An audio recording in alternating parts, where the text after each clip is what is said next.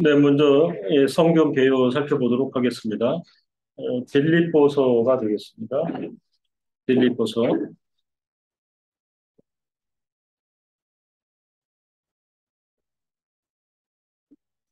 빌립보서는 지난번에 말씀드린 대로 이 옥중서신의 한 권인데,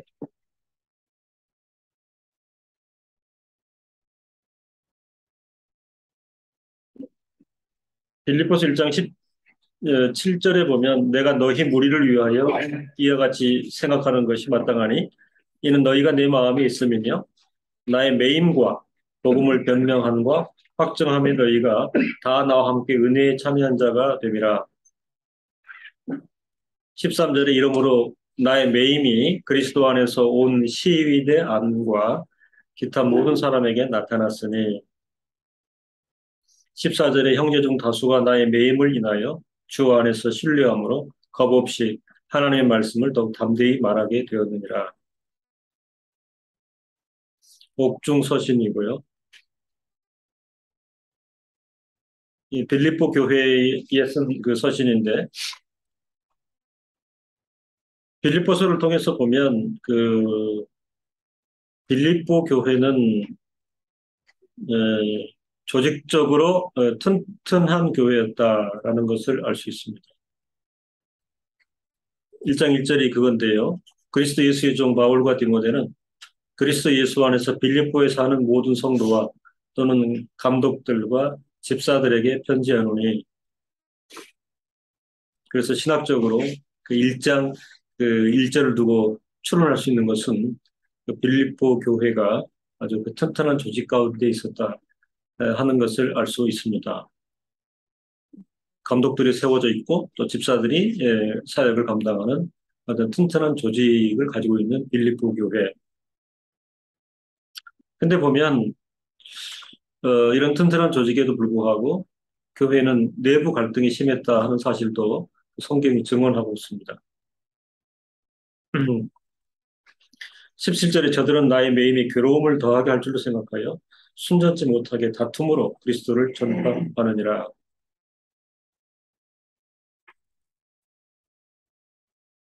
인간적 그 열성의 그 발현인지는 모르겠으나 그 이런 갈등 상황이 존재했던 것도 이제 사실이고요. 1장 28절에 보면 아무 일에든지 대적하는 자를 인하여 두려워하지 아니하는 이 일을 듣고자 함이라. 이것이 저희에게는 멸망의 빈거요 너희에게는 구원의 빈거니 이는 하나님께로부터 난 것이니라. 내부 갈등뿐만 아니라 그 타협하는 바울에 대해서 대적자들이 존재했던 또 이제 그런 교회로 지적을 하고 있습니다. 대적하는 자들을 인하여 두려워하지 아니하는 이 일을 듣고자 함이라. 그러니까 3장 그 2절과 4절에도 그런 그 대적하는 일들이 교회에 있으므로 교회를 혼란케 하였다 하는 사실을 알 수 있는데요. 3장 2절에 개들을 삼가고 행악하는 자들을 삼가고 손할리당을 삼가라. 그러나 나도 육체를 신뢰할 만하니 만일 누구든지 다른 이가 육체를 신뢰한 것이 있는 줄로 생각하면 나는 더 그러하니라.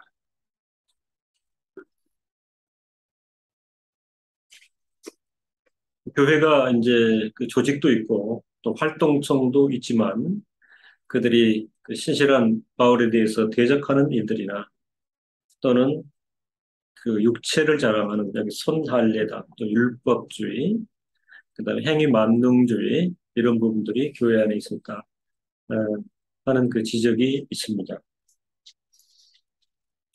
그리고 3장 18절로 19절에 내가 여러 번 너희에게 말하였거니와 이제도 눈물을 흘리며 말하노니 여러 사람들이 그리스도 십자가의 원수로 행하느니라.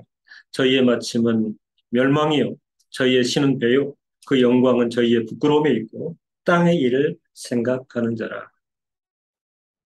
그들은 육체를 자랑하나 복음의 원수가 되었다 하는 것을 안타깝게 이제 지적하고 있습니다. 4장 2절에 보면 내가 유오디아를 권하고 순두개를 권하노니 주 안에서 같은 마음을 품어라. 역시 이제 처음에 지적했던 그 교회 내부적으로 서로 화합지 못하고 에, 갈등 상황이 야기된 것. 그런 부분을 이제 사도 바울이 지적을 하고 있습니다. 전체적으로 보면 그 1장부터 4장 전체 이르기까지 그 사도 바울은 빌보 교회에 대해서 현만하게 권면을 하고 있습니다. 그 사도 바울이 이제 직접 보고 들어서 파악한 빌립보 교회의 여러 문제들을 인하여 바울이 편만하게 권면하고 있는 내용이 있습니다. 특별히 그 권면할 때에 이제 어떤 그 방향은 1장 27절로 그 30절까지 보면 빌립보 교회 성도들이여 복음에 합당한 삶을 사시오. 이 주제가 하나 있습니다. 복음에 합당한 삶. 1장 27절에 오직 너희는 그리스도 복음에 합당하게 생활하라. 이는 내가 너희를 가보라 떠나 있으나 너희가 일심으로 서서 한 뜻으로 복음의 신앙을 위하여 협력하는 것과 아무 일에든지 대적하는 자를 인하여 두려워하지 아니하는 이 일을 듣고자 함이라. 이것이 저희에게는 멸망의 빈거요 너희에게는 구원의 빈거니 이는 하나님께로부터 난 것이. 그리스도를 위하여 너희에게 은혜를 주신 것은 다만 그를 믿을 뿐 아니라 또한 그를 위하여 고난도 받게 하심이라. 너희에게도 같은 싸움이 있으니 너희가 내 안에서 본 바요 이제도 내 안에서 듣는 바니라.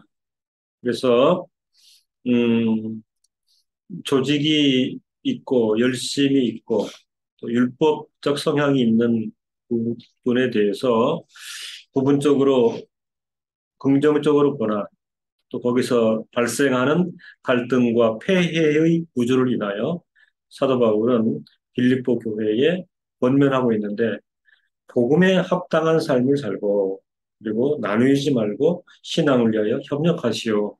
이렇게 권면하고 있습니다. 그리고 2장 12절로 17절을 보면 그 바울의 권면의 또 중요한 하나의 항목은 2장 12절에 그러므로 나의 사랑하는 자들아 너희가 나 있을 때뿐 아니라 더욱 지금 나 없을 때에도 항상 복종하여 두렵고 떨림으로 너희 구원을 이루라.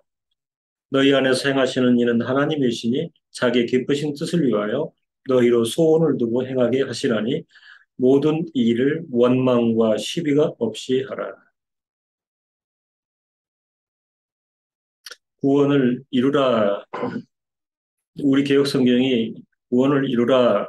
그래서 어떤 현상에 대한 뭐 진행형이라든가 또 이제 사람의 노력 부분을 강조하는 이제 그런 뜻은 아닙니다. 어, 복음에 합당하게 이제 생활하는 노력을 기하라. 이렇게 이제 권면하는 것이고요. 그 다음에 이제 그 문제가 되고 있는 부분에 대해서 진단하고 이제 치료하기를 빌립보 교회 성도들이요 모든 일을 원망과 시비가 없이 하라.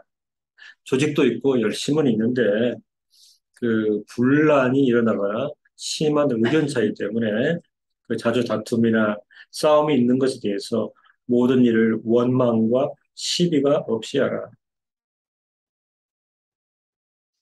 그 교회가 이제 인원도 많고 조직도 많다 보면 그 또 이렇게 속한 조직들이 나누어져 있다 보면 에, 부지불식간에 원망과 그 시비가 많이 일어날 수 있습니다.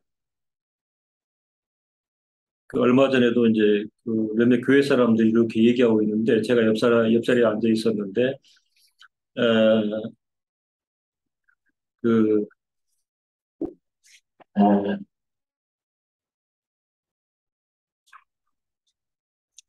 성가대가 너무 전횡을 휘두른다.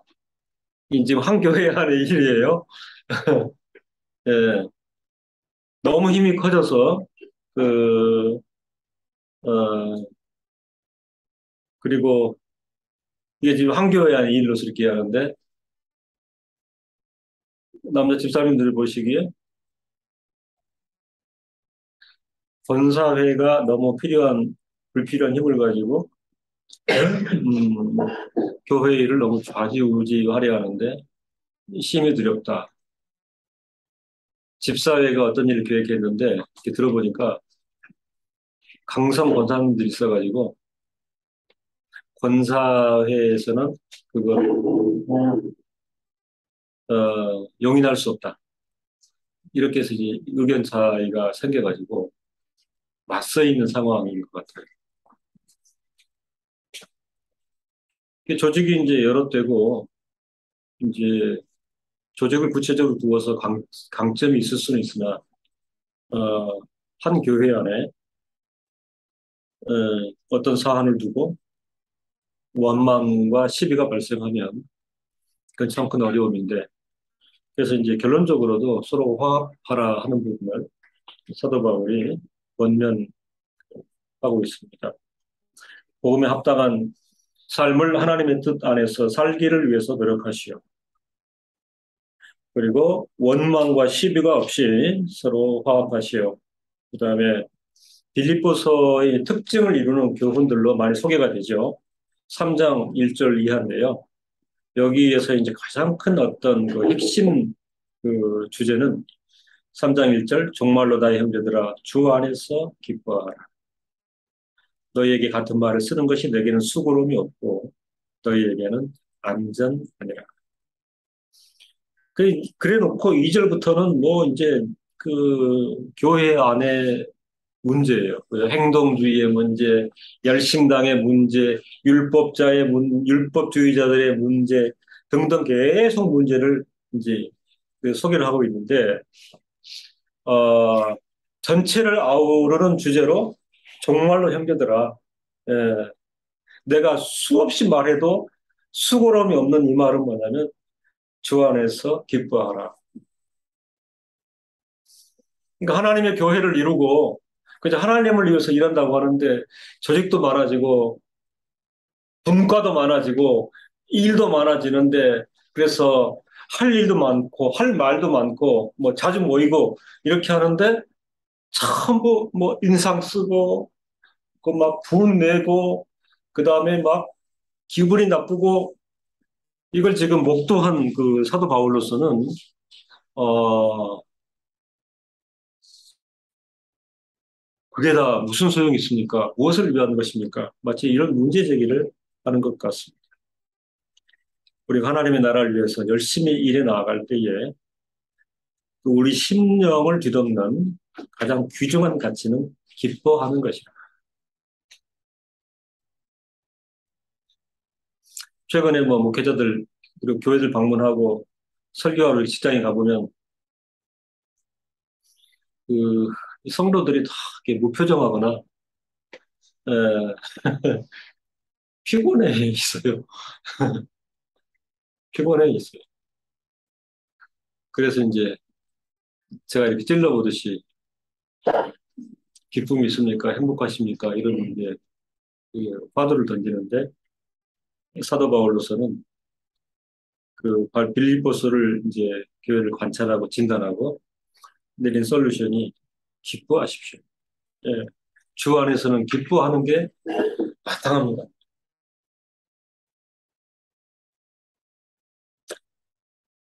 이런 교훈을 우리에게 주고 있습니다.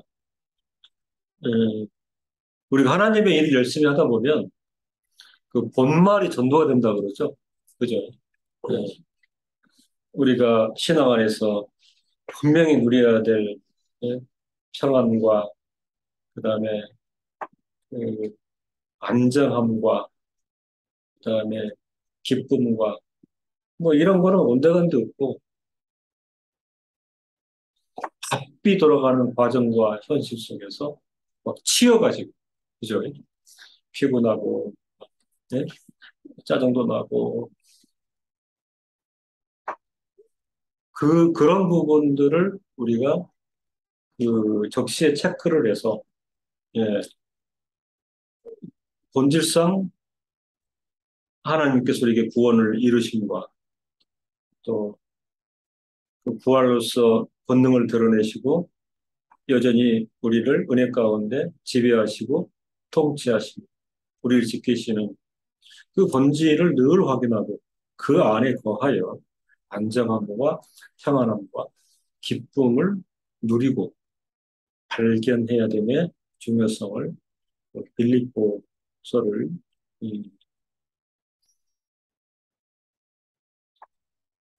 통해서 그 이제 저는 이분기 신학위원회 일로 사실은 마음이 좀 어려웠어요. 사실은 정직하게 말씀을 드리면 화도 좀 많이 났고 그러니까 빌립보서를 통해서 교훈하면서 정직하게 제 자신을 한번 들여다보는 거죠. 그래서 노회 끝나고 다시 위원들이 모였을 때 그 좀 민감하게 보였나 봅니다. 예, 그 옆에 있는 목사님께서 강 목사님 이제 다 노회 끝나고 그랬으니까 우리가 평화도 누리면서 그렇게 하십시다라고 했을 때 이제 그런 말들이 자극이 되는 거죠. 근데 사실은 10월 말 내내 막 그 어떤 안타까움, 서운함 이런 뭐 전투력으로 이렇게 무장이 돼 있어가지고 그 마음을 얻기가 쉽지 않았어요. 예. 근데 이제 그 원로 목사님, 존중의 원로 목사님 한 분이 그분 차로 이제 저를 집에까지 태워다 주시면서 음, 하나님의 사람들은 하나님의 일을 열심히 하면서도 그분은 그렇게 말을 하더라고요. 그 공동체 안에 한두 사람만 이렇게 막 표정이라든가 말이라든가 이런 것으로 그 이렇게 몰아가면 전체 판을 뒤집는데 그 전체 판을 뒤집는 일을 해서는 안 됩니다. 그게 굉장히 그 큰 교훈이 됐어요. 예, 그러니까 본인이 하는 중요성이라든가 가치를 그런 기하는 면을 알긴 아는데 하나님 앞에서 이렇게 하나님을 서 있다고 하는 것은 그렇게 그 잘 제어하고 그리고 또 본질상 누려갈 수 있는 그 우리의 어떤 그 기쁨의 가치, 즐거움의 가치, 참 안식의 가치를 늘 장착하여서 그런 부분을 이제 발현하는 이제 그런 측면. 제가 혹 노회에서 음, 좀 세게 발언한 거를 이제 첫째 그분은 좋게 생각하면서 두 번째는 이제 본인이 느꼈던 얘기를 해주시는 것 같아요. 70 넘어가신 분인데 그분도 이제 어떤 신학 개혁 신학의 원리를 따라 처음 노예에서 싸웠는데 정말 여유롭게 싸우시는 분이에요. 그렇게 싸우기 쉽지 않아요. 항상 평정심을 가지고 오히려 그 상대 쪽 분들은 더 화가 날 만큼 차분하게 그런 분들 있잖아요. 하고 싶은 얘기 다 하고. 예. 근데 이제 그 비밀이 뭐냐면 항상 자신이 하나님 앞에 서 있기 때문에 뭐 흥분하고 화를 낼 이유가 없는 거예요. 그래서 이제 충분히 의견을 개진하면서도 왜냐하면 본인이 흥분하고 화를 내가지고 전체 판을 뒤엎고 그런 의견들이 있기 때문에 그렇게 해서는 안 된다. 네. 그래서 제가 아주 그 진심으로 새겨 들었습니다. 근데 사도 바울은 이제 빌립보서 교회를 보니 뒤집는 일들이 막 시간 그렇잖아요. 막 손할례당, 그죠? 행동주의자, 열심당, 뭐 이런 사람들이 뭉쳐있기 때문에 그 아주 얼마나 역동적으로 싸우고 원망과 시비 분열을 하는 걸 보이니까 사도 바울로서는 그렇게 하다 보면 그 구원의 기쁨을 다 잊어버리는데 그러면 그 뭐가 남는가 지금 그 이런 가치입니다. 그래서 정말로 나 형제들아 주 안에서 기뻐하라. 네. 이 말을 나는 그 수도 없이 할 수 있다. 해야 한다. 이런 생각을 하는 것입니다. 그래서 아주 고단한 피곤한 세상이지만 우리가 이 본질적인 예, 기쁨을 충만하게 가지고 신앙 안에서 이제 살아가십시다 하는 교훈을 드리고 싶습니다. 욥기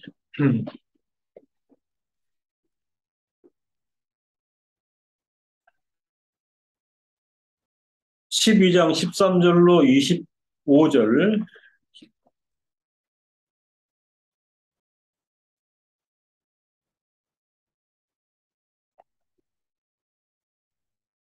여호와 하나님의 지혜와 권능의 문제.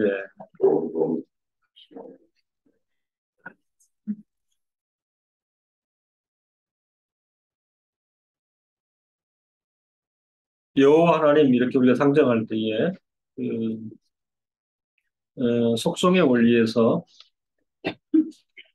어, 여러 표현들을 이제 드러낼 수 있는데 특히 욥기 12장 23절 이하에서는 에, 지혜와 권능의 여호와 하나님 이 그 화두를 욥이 소개하고 있습니다. 욥은 12장 13절 이하에서 본질상 여호와 하나님 소유하고 계시는 지혜와 권능에 대해서 언급하고 있습니다. 지혜와 권능이 하나님께 있고 모략과 명철도 그에게 속하였나니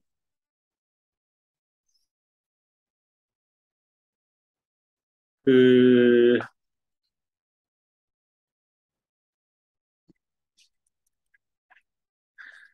히브리어로 아모 헤카브 그네브라 로 이렇게 로가 이제 되게 투 3인칭 누구누구에게 귀속 이렇게 돼 있죠.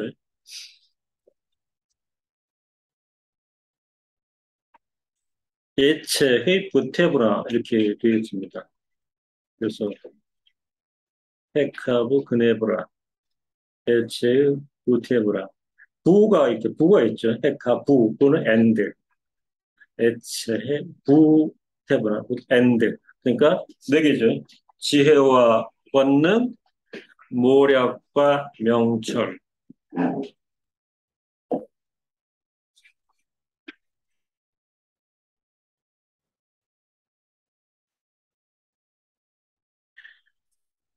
understanding도 있고 power, wisdom, 음,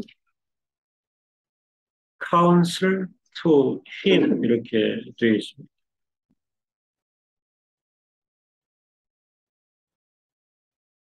여호와 하나님께서 어떤 분이신가 해서 이제 핵심이 지혜의 하나님, 권능의 하나님. 오전 시간에 이제 예수 그리스도의 기독론과 관련하여 이제 그 그리스도 삼일체 하나님의 이위신 그리스도께서 역시 지혜와 권능의 주체이시다. 네, 여호와 하나님께서 소유하고 계시는 지혜와 권능. 사실은 이제 하나님의 속성 원리 관련해서 지혜와 권능의 하나님이다 이렇게 우리가 말을 할 때요. 그렇게 표명하는 것 자체가 이 신앙 고백인 거죠. 그렇죠. 예. 당신에게 여호와 하나님 어떤 분이십니까? 지혜와 권능의 여호와 하나님이십니다. 그 자체가 이제 신앙 고백이에요. 신앙을 고백하고 이제 그 위에 쟁점은 뭐냐면 그렇게 하나님을 믿고 그런 하나님이심을 확신하고 그리고 그런 하나님께 순종하는가 이게 지금 사실은 전체적으로 묶여 있는 개념입니다. 저에게 있어서 여호와 하나님은 지혜와 권능의 하나님이십니다. 이게 이제 시공간을 초월하여 우리의 지성과 우리의 지식과 우리의 의식과 그다음에 행동 영역 모두를 포괄적으로 지배하고 계시는가? 이 문제가 되는 거죠. 지혜의 하나님, 권능의 하나님. 하나님의 유일하시고 절대하신 속성에 부합하는 하나님의 지혜의 문제와 권능의 문제는 사실은 독특한 이해를 요구하고 있습니다. 하나님의 지혜와 권능을 알기 위해서 이제 우리가 더 들어가 보아야 될 것은 삼일체 하나님의 창조와 섭리의 문제입니다. 그러니까 지혜와 권능이 그걸 하나님께서는 어떻게 발현하셨는가? 그 구체적인 내용으로서 하나님의 창조와 섭리 이걸 우리가 들 수 있는 거죠. 그러니까 창조를 들여다보고 섭리를 들여다보면 거부할 수 없이 확신을 가지고 우리 하나님께서는 지혜의 하나님이시요 권능의 하나님이시다라고 이제 스스로 확정 지을 수 있기 때문에 그런 것입니다. 모든 피조물을 친히 창조하신 주체이신 하나님께서는 예, 하나님께서는 모든 피조물을 친히 창조하신 주체이시다. 창조의 하나님, 창조하실 뿐 아니라 지으신 모든 것에 대하여 친히 다스리시는 섭리의 하나님이라는 진리에 주목하여야 합니다. 창조의 하나님, 섭리의 하나님에 대한 확고한 신앙 고백이 만약에 느슨해지면 하나님의 지혜와 권능의 문제도 그렇게 확신으로 다가오지 않을 수가 있다. 이렇게 지금 서로 그 연결되어 있는, 연관되어 있는 그런 그 문제이신 것입니다. 창조의 하나님이시오. 그분이 동시에 섭리의 주인이시라는 사실입니다. 성경의 진술과 역사적 신앙 고백의 내용도 이에 집중하고 있는 것을 알 수 있습니다. 자, 보면 웨스트민스터 신앙 고백의 정리와 성경적 근거가 이렇습니다. 제5장 섭리에 대하여 1항 만물의 위대한 창조주 하나님은 모든 피조물을 붙드시고 창조주 하나님은 모든 피조물을 붙드시고 그 행동과 사건들을 가장 큰 것에서부터 지극히 적은 것에 이르기까지 지도하시고 처리하시며 지도하시고 처리하시며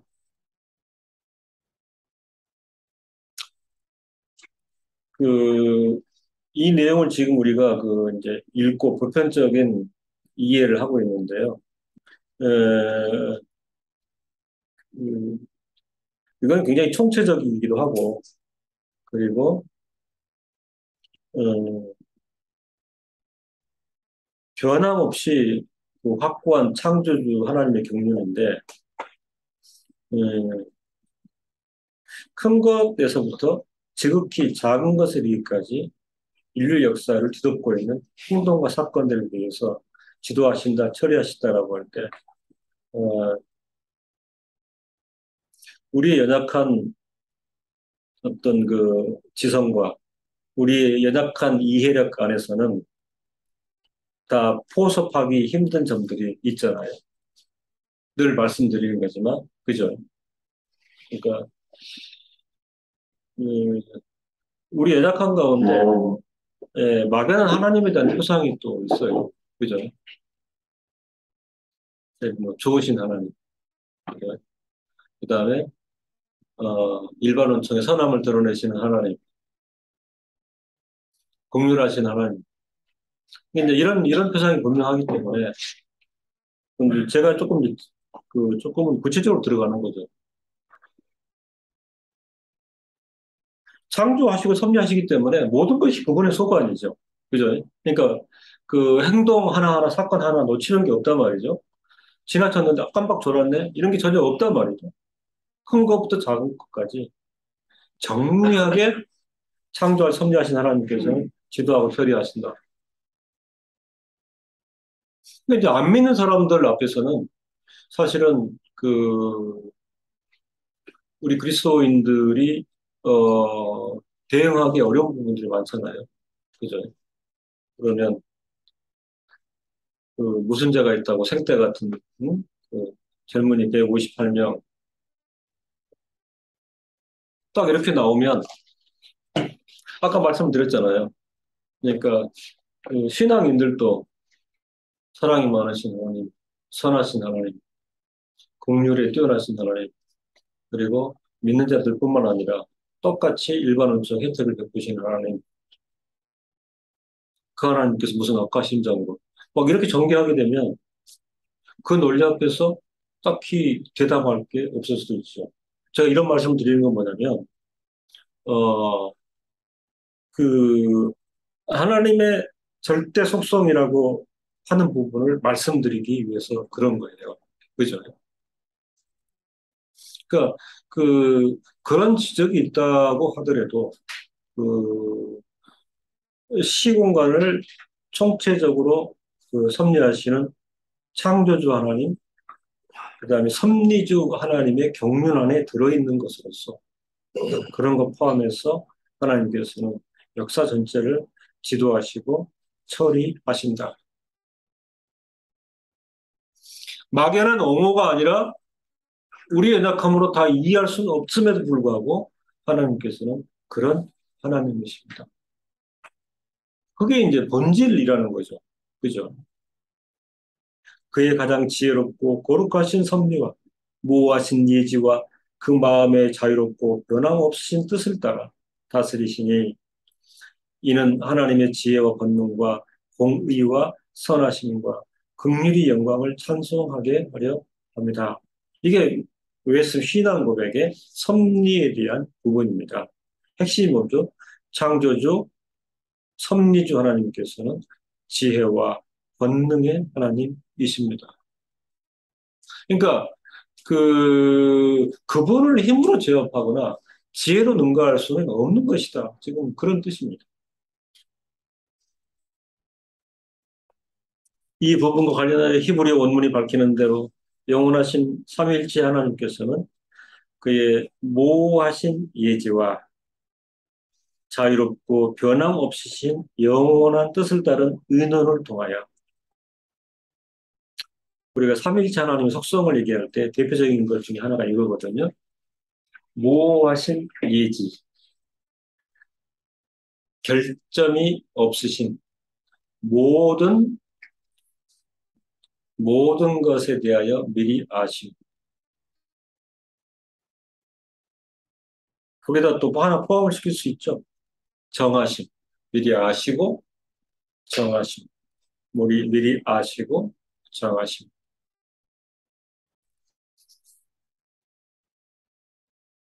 우리는 우리 각자 자신의 되어질 일들에 대해서 알지 못하나 우리 하나님께서는 모호하신 예지와 예정을 통하여 알고 정해 놓으신 길이 있고 우리는 그 길을 따라 가고 있는 것이죠.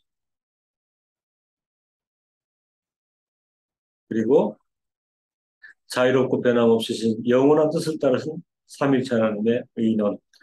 이 의논은 되게 이제 영어로는 카운슬 이렇게 되어 있죠. 카운슬. 삼위 하나님께서는 이 사실을 전제로 의논하신다. 그거는 거기에는 자유로운 속성이 들어가고 그다음에 불변하심, 영원하심이 전제가 된다.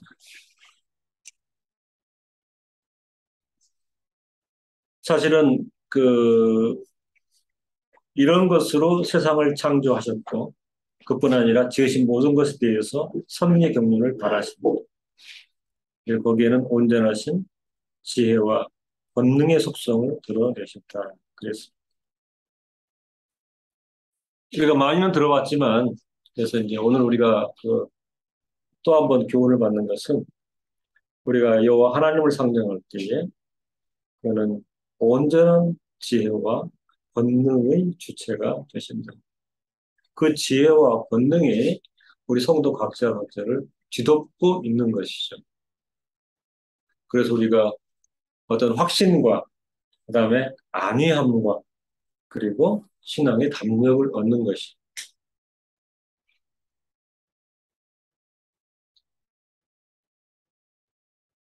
그리고 하나님께 의존한다, 하나님 기도한다 할 때에 또 이 속성을 우리가 발현해내는 거잖아요. 그죠? 저는 그렇게 봅니다. 어, 우리가 힘이 없고 지혜가 없고 그렇기 때문에 그 어떤 상황, 어떤 행위, 어떤 생각, 그다음에 어떤 계획 가운데 늘 이를 의지하고 또 기도하는 거죠. 하나님의 지혜와 권능의 속성이 드러나기를. 그리고 논리적으로, 소리적으로 증거할 수는 없습니다만은 하나님께서는 지혜와 권능 가운데 그 사랑하는 성도 각자를 인도하시는 거죠. 어, 제가 말씀드렸잖아요. 논리적, 수리적으로 그걸 증거하거나 다 우리가 설명해낼 수는 없다 하는 거죠.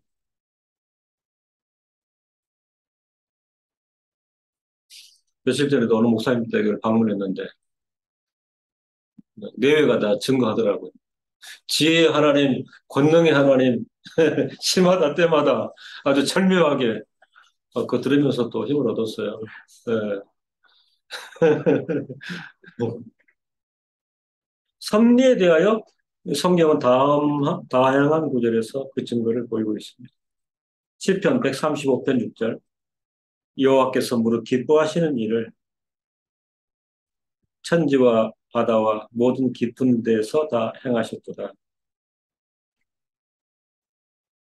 그 섭리에 대하여 이 중요한 접근은 기뻐하심의 섭리가 있어요. 기뻐하심의 섭리. 그죠? 이 부분도 우리가 이제 이해하기 힘든 부분인데, 어, 개혁자들이 강조한 하나님의 속성을 가운데 하나는 뭐냐면, 하나님께서 자기 백성을 예지예정하시고, 그리고 모든 피조물을 지으시고, 그 다음에 적재적소에 배치하시고, 오늘의 모든 크고 작은 모든 역사를 지도하시고 처리하실 때, 하나님께서 막 피곤하셔가지고, 막 인상 쓰고, 할 수 없이 절대 그거 아니고, 섭리를 발현하면서 하나님께서 기뻐하심으로 하신다 하는 부분을 개혁자들이 유난히 강조했습니다. 그러니까 자기 백성에 대해서 지혜와 권능의 속성을 가지고 지도하고 처리하시고 이루어 가실 때도 하나님은 기뻐하시는 하나님인 거죠. 그죠? 그 다음 사도행전 17장 25절에 또 이 부분이에요. 또 무엇이 부족한 것처럼 사람의 손으로 섬김을 받으시는 것이 아니라 이는 만민에게 생명과 호흡과 만물을 친히 주시는 자이심이니라.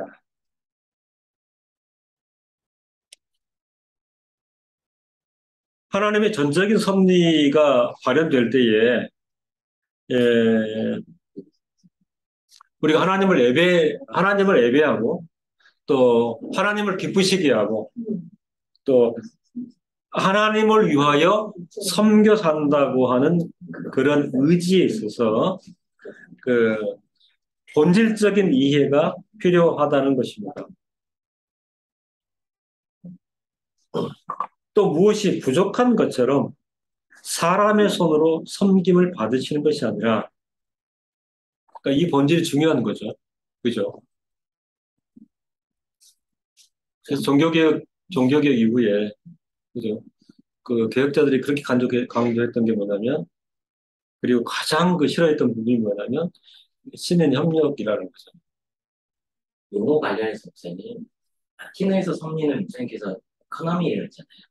근데 영어에서는 providence라는 단어를 쓰는데, providence는 provide에서 파생된 건가요? 저는 다른 뜻에서 제공한다는 어떤 그런 뜻이에요. 영어에서는. 그렇죠? 예, 에코노미아, 그죠? 에코노미아. 라틴어도 그렇고, 헬라어도 그렇고, 에코노미아가 본질이죠. 에코노미아. 근데 그거를 이제 현대 이제 그 언어의 환경이 경제로 몰고 갔을 뿐이지, 적어도 고대에 있어서는 경제라는 개념이 굳이 있었던 건 아니에요. 하나님의 경륜, 그 다음에 하나님의 섭리하심. 이게 이제 그, 지금 영어권에서는 왜 providence라는 단어를 제공한다는 단어에서 나오거든요. 그 단어를 섭리를 이렇게. 또 이제 프라비던스 같은 경우는 이제 되게 그 사람의 노력과 사람의 추구, 아, 그러니까 사람의 교제, 그다음에 어떤 그 국가나 사회단체 안에서의 이제 소통, 이런 부분에서가 강조가 되죠. 그래서 사실 신학적으로는 이제 그런 부분을 배제하기 위해서 에코노미아, 하나님의 경륜, 하나님의 섭리, 이거를 강조한 것으로 이렇게 보이죠. 선생님께서는 계속 저희 그 신학 용어를 그때 번역하는 작업을 할 때 에코노미를 계속 번역하려면 목사님 계속 프라비던스로 이렇게 시인의 승리를 이렇게 보는 거 보는 사람들이 이렇게 네, 그럼 교재가 돼야 되는데 그 단어를 계속 쓰는 건지. 그거는 좀 이제 교정을 우리가 해야 될 그런 필요가 있는데, 신학 영어가 이제 그걸 그렇게 표현을 하잖아요. 네. 그래서 이제, 그러니까 영어를 신학으로 추구하는 사람들의 그 입장이라면 그분들하고 소통하거나 그분들하고 이제 논의 없이 그걸 배제하는 건 합당치 않잖아요. 그런 측면이 있는 것으로 보입니다. 자, 이 사도행전 17장 25절이 되게 중요한데, 우리가 하나님을 경배한다. 하나님을 예배한다. 하나님께 찬송한다. 그리고 하나님의 일을 한다. 하나님을 위해 산다. 하나님을 섬긴다. 라고 할 때에 본질적 자세에서 중요한 이해가 뭐냐면, 마치 하나님께서 어떤 것이 부족하여 우리가 그것을 채운다. 하나님 섬김을, 또는 우리가 그것을 채우지 아니하면 하나님 스스로 작동할 수가 없다. 그 이런 어떤 전혀 엉뚱하고 몰이해적 생각을 할 수가 있는데, 그 철저히 배제해야 한다 하는 것입니다. 또 무엇이 부족한 것처럼 사람의 손으로 섬김을 받으시는 것이 아니니 이는 만민에게 생명과 호흡과 만물을 친히 주시는 자이십니다. 하나님의 지혜와 권능은 그 스스로 충만한 것입니다. 그죠? 외부의 도움이나 뭐 외부의 충전을 받아야 되는 그런 개념이 아니라 스스로 충만한 개념이고, 이 스스로 충만함으로부터 마치 하나님께서 무엇이 부족한 것처럼 사람의 손을 빌어야 하는 그런 것은 없습니다. 이는 만민에게 생명, 호흡과 만물을 친히 주시는 하나님의 충만이 있기 때문에 그렇습니다. 그러니까 하나님의 섭리의 성격은 이런 것이죠. 예. 이제 저희 가정을 하나님이 축복하셔가지고 많이 채우시다 보면, 그죠? 잔고가 부족해가지고 다른 집은 갈 수 없는 거 아닙니까? 이런 우려가 전혀 필요가 없다는 거죠. 사도행전 17장 28절에 우리가 그를 힘입어 살며 기동하며 있느니라. 너희 시인 중에도 어떤 사람들과 같이 우리가 그의 소생이라 하니 그를 힘입어 살며 기동하며 있느니라. 그러니까 지혜와 권능의 온전하심이라, 이 지혜와 권능의 온전하심으로 섭리를 행사하신다라고 하는 것은 이렇게까지 표현할 수가 있다 하는 거죠. 우리가 일어나고 눕고 호흡하고 손발을 움직이고 왕래하고 하는 모든 그 행위의 근거, 그 다음에 에너지의 그 에, 동원, 이런 부분이 오직 하나님의 온전하시고 지혜로우신 섭리 안에 들어있다 하는 것입니다. 그래서 우리가 하루를 지나고도 그내 몸이 피곤하고 뭐 스트레스 쌓이고 머리도 아프지만 하루를 감사할 수 있는 것은 그를 힘입어 살며 기동하고 있기 때문에 그렇습니다. 이러한 하나님의 절대하신 섭리하에서 하나님께서는 지혜와 권능으로 모든 것을 다스리십니다. 근데 이제 문제는 이 표현입니다. 음, 하나님의 공유적 속성, 비공유적 속성, 공유적 속성에 지혜라는 게 들어있어요. 사람은 지혜가 있잖아요. 그죠? 근데 이 공유적 속성을 잘못 이해하면 하나님을 경홀히 여기게 됩니다. 비록 지혜 부분이 이 보편적으로 하나님과 인간 사이에 공유적 속성으로 이해되고 있으나, 근데 이제 사람의 지혜는 뭐죠? 하나님 베푸신 일반 은총하에 이성에 의거한 지혜예요. 그죠?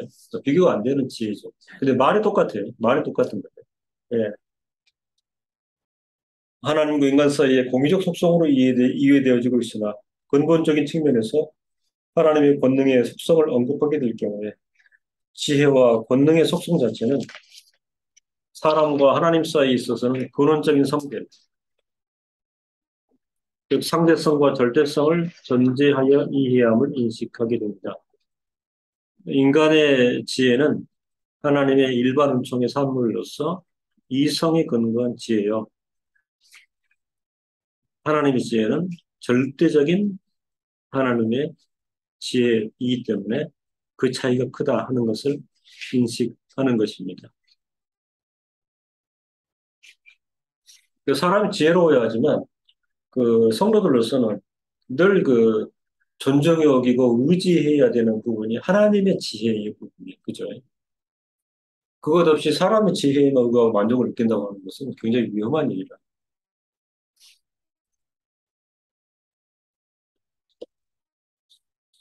그 화란의 개혁신학자 헤르만 바빙크는 그의 하나님의 큰일,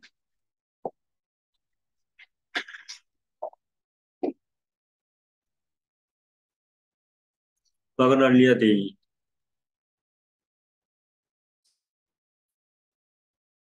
근데 이거를 그 영어로 책을 펴내면서 제목을 뭐라고 한 줄 아세요? The Reasonable Faith라고 했어요. Reasonable. 그러니까 이거는 어쩌면 굉장히 큰 도발이에요.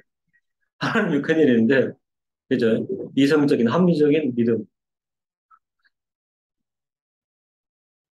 그렇게 번역을 했기 때문에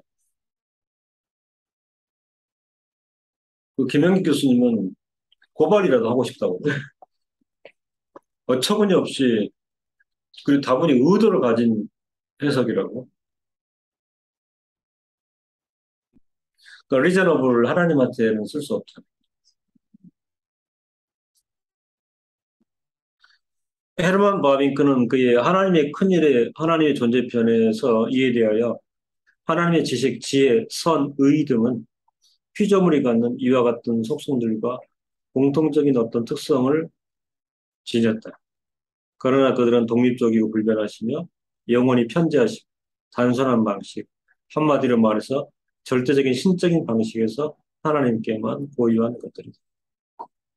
그러니까 하나님의 지식, 하나님의 지혜, 하나님의 선, 하나님의 의 이렇게 표현할 때는 이거는 편재하시고 불변하시며 영원하시고 하나님께만 고유한 것이죠.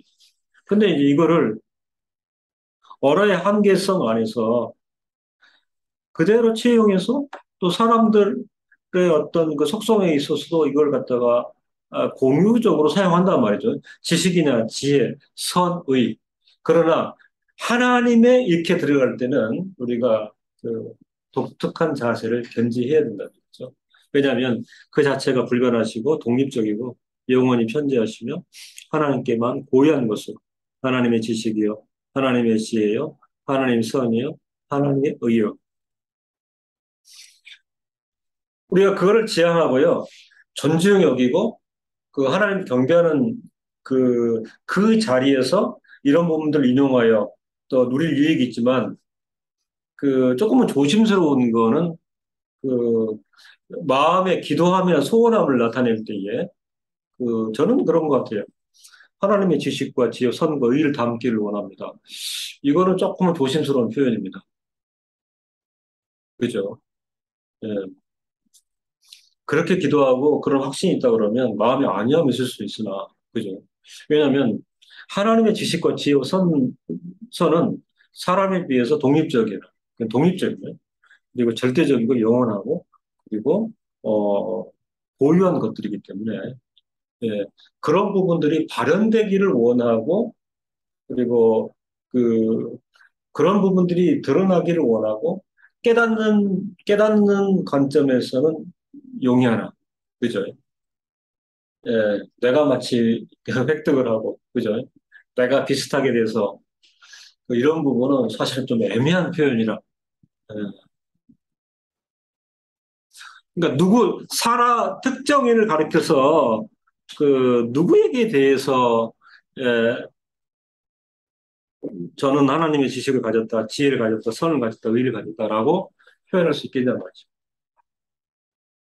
그렇게 말하기는 쉽지 않지 않습니까?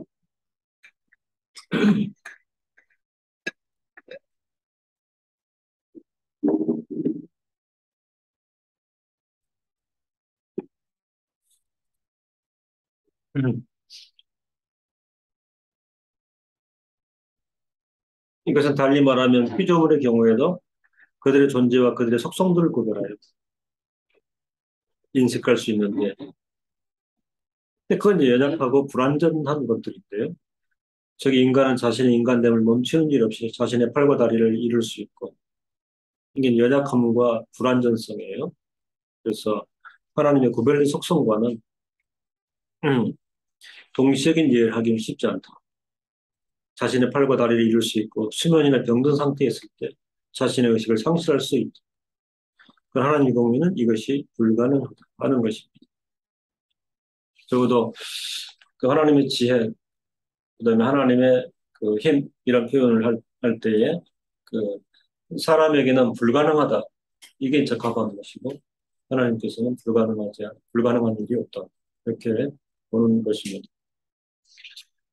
그러니까 이런 고백이 합당하고 그 맞고요. 그죠? 그리고 하나님 바로 경배하는 차원일 것이고.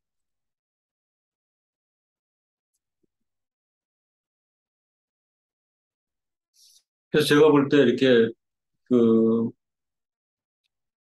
부흥사라 이렇게 목회자 이런 분들이 가감 없이 하나님 나에게 권능을 주셨다. 나에게 지혜와 지식을 주셨다. 이렇게 말하는 것은 어, 어렵고 조심스럽다는 거죠. 그죠? 어렵고 조심스럽다는 거죠. 그러니까 하나님의 하나님에 대한 자세에 있어서 문제가 될 수 있고 또 이제 사람들이 오리적으로 이해하거나 받아들일 수 있는데도 문제가 되기 때문에 그런 부분은 예, 굉장히 쉽지 않다 하는 것입니다. 하나님의 능력과 관련하여 예수님 신앙 고백은 사장 창조에 대하여에서 기쁘신 뜻대로 그 영원하신 권능과 지혜와 선하심의 영광을 드러내기 위하여 라고 피력함으로 그 속성의 독특함을 밝히고 있습니다. 아까 말씀드린 것처럼 천지 만물 그다음에 이제 인간 창조하시고 섭리하실 때 하나님의 기전은 기쁘신 뜻입니다. 그죠? 기뻐하심으로 기뻐하심으로 섭리하신 거고요. 그리고 그 안에 영원하신 권능, 지혜, 선하심의 영광을 드러내시기 위한 것이라 하는 것입니다.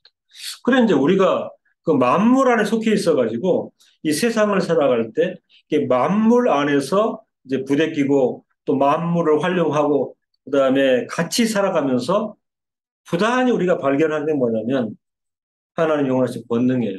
참 하나님의 권능이 영원하시다. 하나님의 지혜가 충만하시다. 하나님의 선하심이 가득 찼다. 영광 받으시기 합당하다. 그것을 느끼고 깨닫고 우리가 즐거이 찬송하고 기도할 수 있으면 우리의 본분을 다 하는 것이다 하는 것입니다. 성도 신분의 어떤 특권이고 또 마땅히 추구해야 될 책무가 이런 것이에요. 기쁘신 가운데 만유를 창조하시 섭리하신 하나님 그리고 그 하나님께서는 모든 시간 공간의 역사 가운데 권능과 지혜와 선하심을 바라실 때에 영광 받으시기에 합당하다 하는 것을 그게 이제 성도에게 열리면 그 자체가 참된 복이요. 그리고 신앙이 합당한 자세라 그렇게 말씀드릴 수 있습니다. 그러니까 우리가 믿는 사람으로서 또 자본주의 또 조직된 세상에서 많은 걸 추구하잖아요. 그죠? 추구하잖아요. 예. 근데 이제 조금 우리가 이렇게 물러서 생각을 해보면 내 주도와 내 계획과 막 내가 기획해가지고 막 추구하고 이럴 때는 방금 말씀드린 그런 하나님의 표상이 잘 나타날 수가 없어요. 그죠? 모든 걸 뭐 본인 머리 쥐어짜고 본인의 노력을 투여하고 본인의 재정을 투여하고 본인의 힘과 지혜 모든 걸 쏟아놓다 보면 이런 하나님에 대한 표상이 드러나기 쉽지 않은데. 근데 이제 이렇게 가다가 어 이제 깜깜해질 때가 있어. 예? 예, 깜깜해질 때가 있어.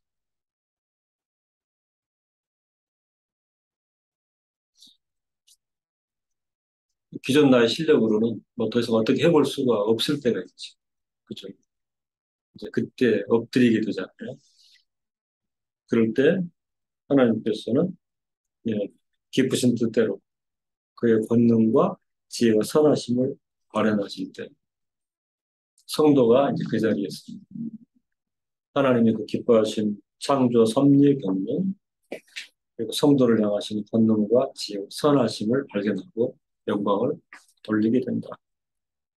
그래서 열심히 추구하다가 주저하는 순간이 와도 성도에게는 그 전체 과정을 보아서는 그게 뭐 마이너스거나 그다음에 큰 손실은 아닐 수 있죠. 예. 근데 그런 순간 있잖아요. 어떻게 더 이상은 못 해보겠습니다.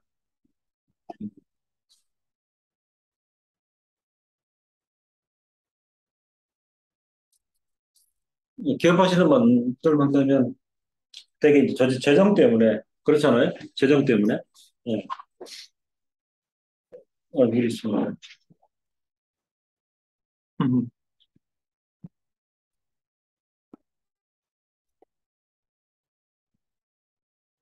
지난번에 어떤 장로님 만났다고 했는데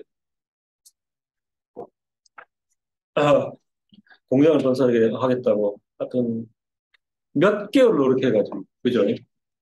어, 은행권에서도 그다음에 뭐 지인들아 해서 준비를 해놓은 거죠. 근데 막상 공사를 시작해가지고 한 달 지났는데 2배가 더 들어가. 200억이 400억이 되니까 이건 달라지잖아요. 뭐 동서남북 뭐 꽉 막힌 거지. 사면 초과. 예. 그래서 정신도 혼미해지고 가난한 마음으로 또 기도하고 간구하고 그러면서 지금 몇 개월이 지났는데 큰 어려움이 없이 해결돼서 진행되고 있습니다. 이 또한 하나님의 은혜 아닙니까? 그러니까 아차 아차 하는 순간 딱 주저하는 순간 이거 잘못하면 큰일 나겠구나. 이제 이런 순간인데 이런 순간인데 예전에 그랬던 것처럼 하나님께서는 또다시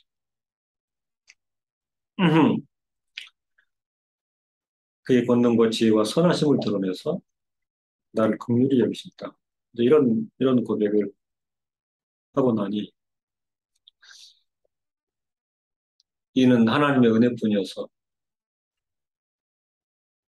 더욱 하나님을 경배하고 하나님 뜻을 위해서 살아가야지 이런 생각밖에는 들지 않습니다.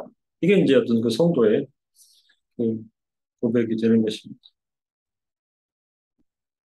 그것은 상실되지 않고 영원하며 변치 아니한 속성인 것입니다. 로마서 1장 20절에 보면 창세로부터 그의 보이지 아니하는 것들 곧 그의 영원하신 능력과 신성이 그 만드신 만물에 분명히 보여 알게 되나니 그러므로 저희가 핑계치 못할지니라. 권능과 지혜와 선하심을 뿜어내는 것은 상실되지도 않으며 영원하고 변치 아니하시는 하나님의 속성으로서 우리가 깊은 신앙의 안목으로 전후좌우 세상 역사를 들여다보면 이런 것들이 들어있지 않는 것, 발현되지 않는 그 어떤 것도 없이 분명히 알게 되는 것으로서 하나님이 계신 것과 하나님 역사하시는 것을 우리가 핑계치 못할 것이다. 지금 이렇게 예, 고백을 하고 있습니다. 지혜와 권능의 하나님 안에 신적의 절대적인 방식, 존재하고 있는 이런 속성들은 그 자체로 지극히 높고 그러므로 감히 비교할 수 없는 하나님의 절대성을 보존한다는 전제가 분명하다면 이 원리 앞에서 주의 백성들은 마땅히 겸손과 경외의 법을 배우게 됩니다. 자기의 것을 드러냄이 없이 하나님 앞에 겸손하게 하나님을 경외하는 그런 자세를 우리가 익히게 된다. 칼빈은 이와 관련하여 그의 기독교 강요에서 그러므로 하나님께서는 우리에게 알려지지 않는 우주 통치의 권리를 지고 계시기 때문에 지혜와 권능으로 우리는 마땅히 이를 견실과 겸손의 율법으로 삼아 하나님의 최고의 권위에 복종하게 되면 동시에 하나님의 의지를 의의 유일한 법칙이며 만물의 가장 의로운 원인으로 간주해야 한다고 강조하고 있습니다. 그 칼빈의 진실된 고백이죠. 하나님의 최고 권위라. 그리고 우리로서는 견실함과 겸손 율법으로 삼아야 할 것이라. 그리고 이러한 하나님의 뜻과 의지야말로 의의 유일한 법칙이며 만물의 가장 의로운 원인으로 우리가 간주해야 할 것이다. 그래서 사실은 역기를 통해서 우리가 하나님에 대해서는 더 배워야 된다는 것, 그리고 그 깊이를 깨달아야 된다는 것, 그리고 보편적으로 하나님을 경배해야 된다는 것, 이런 그 자세를 배우게 됩니다. 요번 하나님의 이러한 본질에 대하여 12장 14절에 그러니까 지혜와 권능을 전제하기 때문에 이런 고백을 하게 된 거예요. 그가 하루 쓴적 다시 세울 수 없고 사람을 가두신적 놓지 못합니다. 10장 18절에 열왕이 맨 것을 풀어 그들의 허리를 동이시며 지혜와 권능의 하나님. 12장 22절에 어두운 가운데서 은밀한 것을 드러내시며 죽음의 그늘을 광명한 대로 나오게 하시는 지혜와 권능의 하나님. 욥이 고백하고 있습니다. 여기 살필 수 있는 중요한 경우는 모든 것의 원인이 되시는 성격으로서의 하나님의 권능과 지혜의 문제에 대하여 성도는 신앙 고백의 내용을 분명히 갖게 된다는 사실입니다.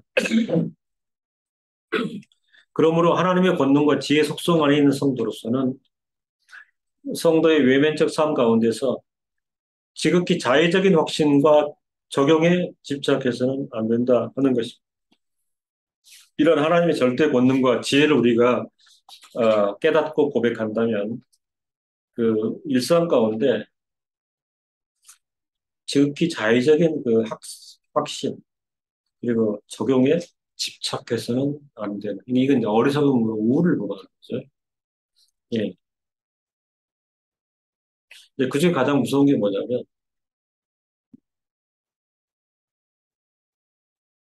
공동체 어떤 집단 지성에 영향을 끼치기 위해서 그 투척하는 거죠. 하나님의 뜻입니다. 따라오시오. 예, 그거는 이제 굉장히 그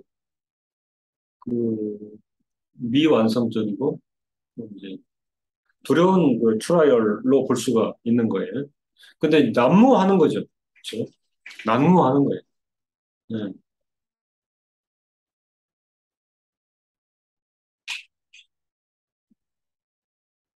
그 어떤 선교사님이 자기 이제 사적인 유익을 위해서 뭐큰 교회 목회자에게 내가 지난 몇 달을 기도해 보니까 그 교회에서 저에게 이런 지적을 제공하는 것이 하나님의 뜻입니다. 순종하십시오.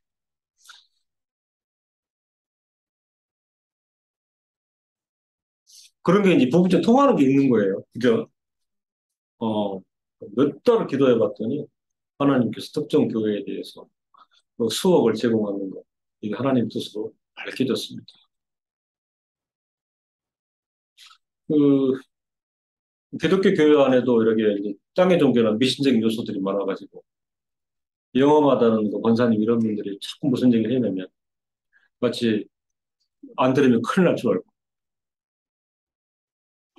성도 외면적 삶 가운데서 지극히 자의적인 확신과 적용에 집착해서는 안 되는 것입니다. 하나님의 지혜와 권능이 모든 것의 원인이 되는 것 자체가 성도의 신앙 고백이요. 그런 신앙의 자세가 신앙 실천을 위해 참된 기본이 되는 것입니다. 인간이 몸담고 있는 모든 역사, 경제, 정치, 문화 현상 가운데 과연 인생으로서 그 모든 것을 하나님의 방법 안에서 친히 지혜와 권능으로 세우시기도 하시고 또한 소멸하기도 하시는 하나님의 절대하신 섭리의 속성을 신뢰하는 전제 위에서 우리를 둘러싸고 있는 역사가 있고 경제가 있고 정치, 문화 현상 이런 것들이 있는데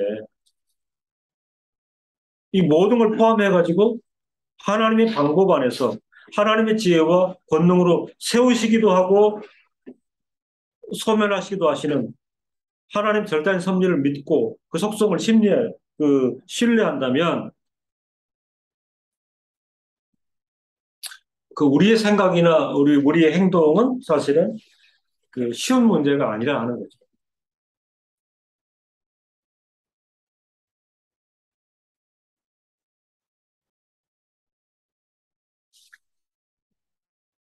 근데 성도들이 지금 뭐 이렇게 속해 있는 직장, 그다음에 기업, 뭐 가정, 단체가 있을 수 있는데, 그죠? 아무 생각 않고 대놓고 이게 하나님의 방법입니다. 이게 하나님의 뜻입니다. 이렇게 갑시다. 라고 쉽게 생각하고 행동할 수 있겠는가? 그렇지는 않다 하는 것입니다. 그러니까 설령 우리가 이제 기독교 단체를 구성하고 또 교회 안에 있지만 어떤 일을 논의하고 결정하는 것은 음, 늘 이제 그런 자세가 필요한 거죠. 우리의 연약함과 우리의 나약함 인하여 하나님의 방법, 하나님의 지혜와 권능이 예, 세워지도록 그리고 지도하시고 그다음에 예, 치리하시기를 바라는 그런 마음이 존재가 되어야 된다 하는 것입니다. 근데 문제는 17세기, 17세기, 그죠? 17세기, 17세기, 휴머니즘, 그다음에 계몽주의, 계몽주의. 그 데카르트를 근거를 해가지고 계몽주의. 계몽 영어로 뭐예요? enlightenment. enlightenment가 뭡니까? 깜깜한데 불을 탁 켜는 거, 밝게 만드는 게. 예. 그러니까 하나님의 전행에 시달리다가 그때 인간은 너무 어두웠어요. 아무것도 안 보이고. 근데 하나님께서 옆으로 비켜나시니까 불이 팍 켜지면서, 그죠? 사람의 의식과 인식과 이해가 막 살아났다. 이 계몽주의. 계몽주의. 계몽주의와 근대적 사유방식의 확고한 성립 이래로. 그래서 이제 우리는 신학에서 17세기를 정점에다 이렇게 말을 하는 것입니다. 이 사조가, 이 사조가 확립된 이후에 인간이 주인이 되는 방식.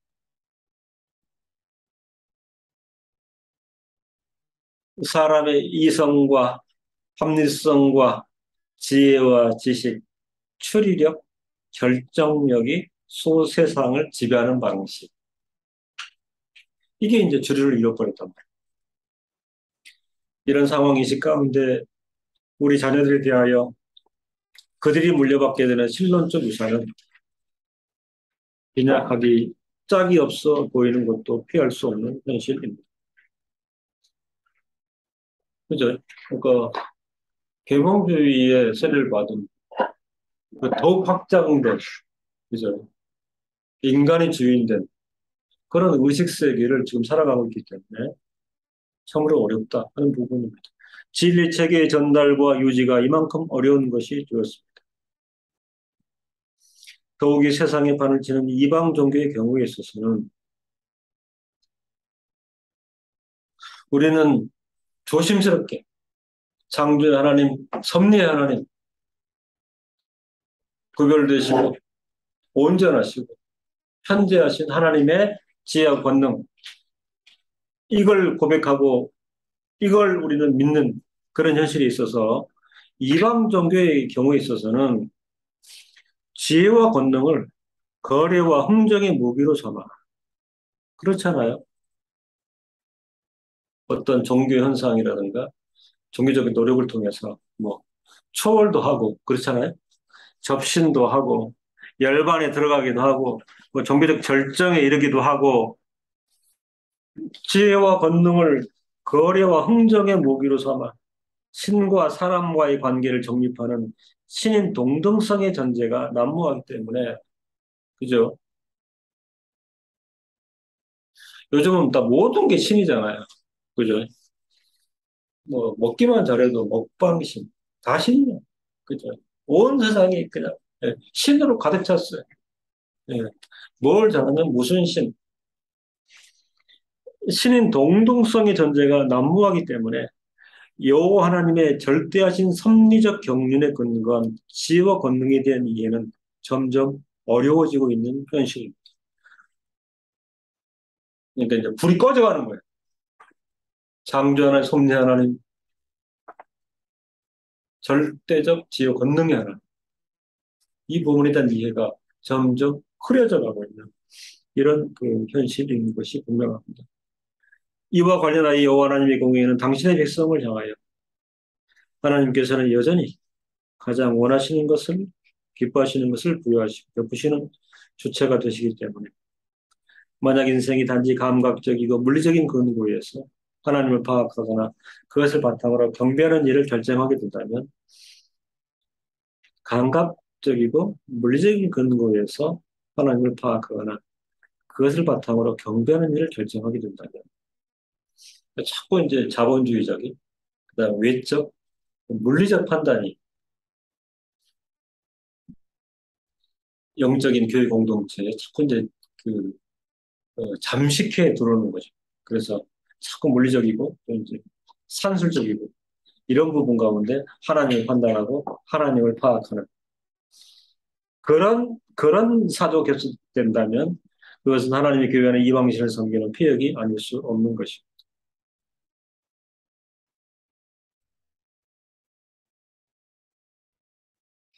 그래서 이제 그 현대 신학자들 가운데는 그 뭐죠? 유사 기독교를 주의하라. 그죠? 외면적 모든 모양 기독교인데 실제로 추구하는 모든 내용은 기독교가 아니다. 근데 얼마든지 이제 그렇게 할 수 있다 하는 거죠. 심지어는 이제 하나님도 그 상품화되는 이런 현실이기 때문에 그 이 말씀을 우리가 좀 새겨드릴 필요가 있습니다. 만약 인생이 단지 감각적이고 물리적인 근거에서 하나님을 파악하거나 그것을 바탕으로 경배하는 일을 결정하게 된다면 그것은 하나님의 교회 안에서 이방신을 섬기는 폐역이 아닐 수 없는 것입니다. 여러분, 그 오순절 순복음교회 이렇게 부흥을 했나요? 뭐 갔다 온 사람들 얘기 듣고. 왜냐하면 경제 부흥기에 그렇잖아요. 질병도 있고 가난해서 못 살고 하는데 순복음교회 갔다 온 사람들 복 얘기, 성공 얘기하거든. 이게 감각적 물리적인 근거란 말이죠. 그죠? 뭐 동네 우리 교회 가면 목사님이 진부한 그 말씀 그대로 하시는데 생활이 나아지는 것도 없고 건강도 그렇고 그러고 있는데 어느 집사님이 그때 당시 순 그런 얘기였어요. 원래는 동네 장로교 다녔는데 이렇게 시작하거든요. 순복음교회 가보니까 저기 뭐지 오살리 가봤더니 예, 부흥되더라 낫더라 이게 지금 감각적 물리적인 근거였어요. 그래서 거꾸로 얘기하는 거죠. 그동안 나갔던 교회는 하나님 사랑하시지 않는 교회인가 봐. 그렇게 이제 그 하나님이 하나님 대신 판단하고 그렇게 파악하고 그렇게 그걸 바탕으로 경배하는 일을 결정하게 된다면 하나님의 교회 안에서 이방신을 섬기는 피역이 아닐 수 없는 것입니다.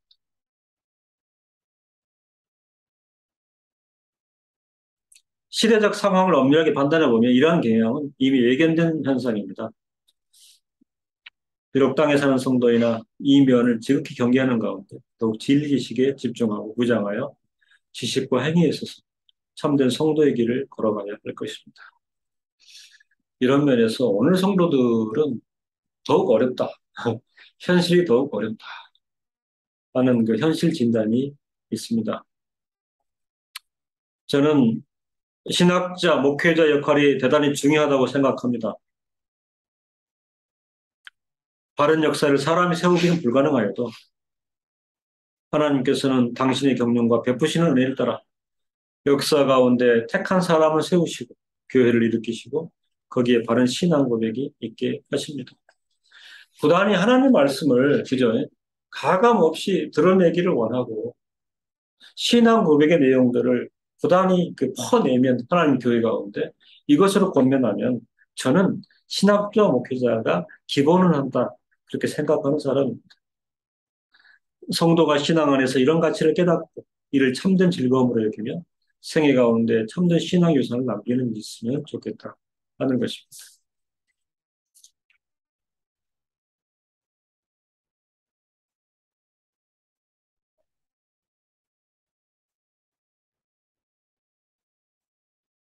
네, 한 가지 말씀드리면 진리학교가 1월 18일, 아니 12월 18일 한 차례 더 있고요. 어, 그리고 이제 올해는 마지막, 원래 31일이 무슨 요일이에요? 토요일이죠. 네. 원래 한 차례 18일 더 이렇게 만나 뵙게 되고, 그리고 이제 1월은 방학입니다. 그렇게 이제 이해하시면 좋겠고요. 음, 코스모스 교회, 또 늘 함께 교회, 또 함께 기도하고, 어, 하나님의 경륜을 또 저희가 바라고, 음, 교회들을 향한 하나님의 경륜이 무엇인가에 대해서도 저희가 기도하며 교제하는 일을 하도록 이렇게 하겠습니다. 네, 박 전사님, 그리고 늘 함께 교회 평안하시고요. 네, 감사합니다. 네, 알겠습니다. 조사님도 연락하십시다. 네, 선생님, 너무 감사합니다. 네, 기도하겠습니다.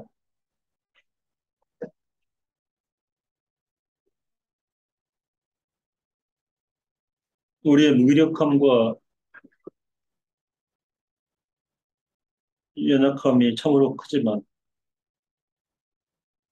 하나님께서 또 성령의 감동과 마하심으로 우리의 지성을 일깨우시고 우리에게 지식과 지혜를 더하실 때에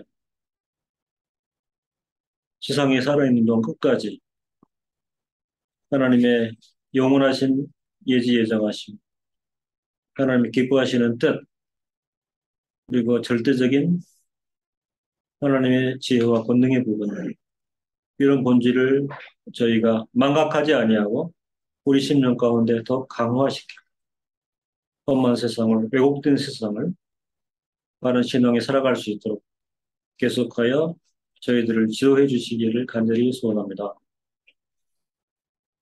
늘 함께 교회 독현우리 박성화 전사님 계속 축복하시고 초과하는 모든 일들 위해 하나님의 지혜와 권능을 적용하여 끝까지 하나님을 의지하는 귀한 걸음 걸어가게 하시고 코스모스 교회 또 모든 성도들 위해도 하나님께서 한 가지로 은혜를 베푸심으로 험한 세상을 하나님의 방식으로 살아가는 일에 익숙해지게 하여 주옵소서.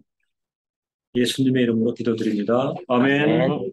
네, 감사합니다.